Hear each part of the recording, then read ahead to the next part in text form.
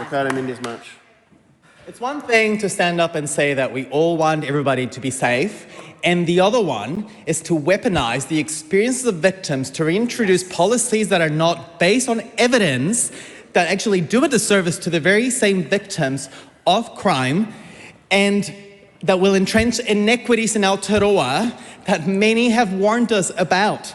This government, once again, doesn't care for the evidence, the facts, or the experiences of people. We saw it yesterday when they introduced benefit sanctions that are completely just vibe-based, not grounded in evidence, and with the reintroduction of 3 strikes today. It's frankly shameful. And I know this as somebody who's been a victim of crime. I recount how in 2018, on Christmas season, I had people come into my house, literally while I was sleeping in my room, took away my belongings while they were armed. Like, I don't want to hear people weaponize the experience of people who have been victims of crime to push through a bill that will do literally nothing.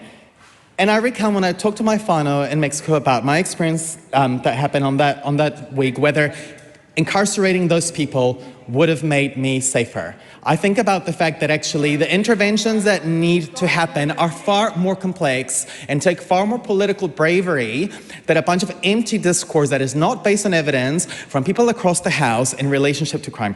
The reinstating 3 strikes amendment bill will literally simply entrench inequities, criminalize the poor, and will not do the things that researchers, that victims, that actually people who've been through the carceral system have told us actually help with rehabilitation.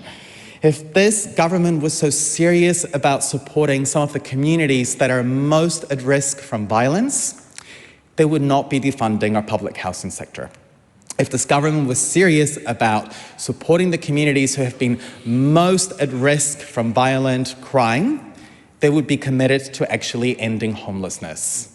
If they were actually serious about supporting the victims of assaults, for example, and addressing the criminalization of ill mental health, they would be resourcing our health system to ensure that everybody stays well. But that is absolutely not happening. And I heard people talk about deterrence, but let me tell you what, we've seen how in countries where they have some of the most punitive measures when in relationship to crime, they actually have some of the worst crime statistics because they haven't done the hard work to invest in the things that actually prevent crime in the first place. This is why if you go down this slippery slope of putting these policies in place, you actually don't end up addressing the drivers of crime, and you end up just paying lip service to the people who have experienced violence throughout their lifetime. And I think it's honestly disingenuous for members across the House to talk about victims when the evidence that supports this bill tells us time and time again that this is not what this bill will do. That if anything, this bill will result in a larger prison population and a prison system that has not been shown to rehabilitate people, that has been shown to actually entrench cycles of violence, cycles of poverty. And this government is turning their back on the evidence, turning their back on the lived experience of those who have gone through the carceral system simply to pay lip service. But again, look, let's talk to the people and the community. They themselves have spoken in recent polls about whether they feel any safer with the government's recent policies or even rhetoric. And actually, most people have said they don't feel any change.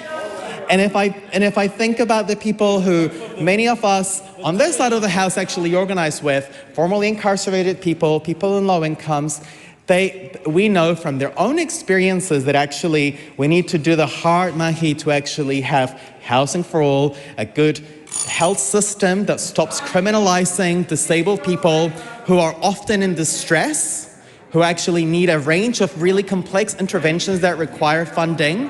And what they do not need is empty lip service from members of parliament who clearly do not know what they are doing. I think it's actually quite a scary thing to have the chair of the Justice Select Committee completely ignore the evidence, completely ignore the research of this bill. Like, how shameful it is to have somebody chairing a select committee in charge of this bill who actually doesn't give a crap about the evidence, who actually just decides to throw it away and not care because it's easier to pay lip service to a bill that will not actually make people safer. Just because they will feel it doesn't mean it will happen on the ground. I think what we need is a change of government, one that is willing to ensure that there's the resources to do the complex interventions to keep people Members' safe. time has expired. Before I take the next call, can I remind members that interjections should be rare and infrequent?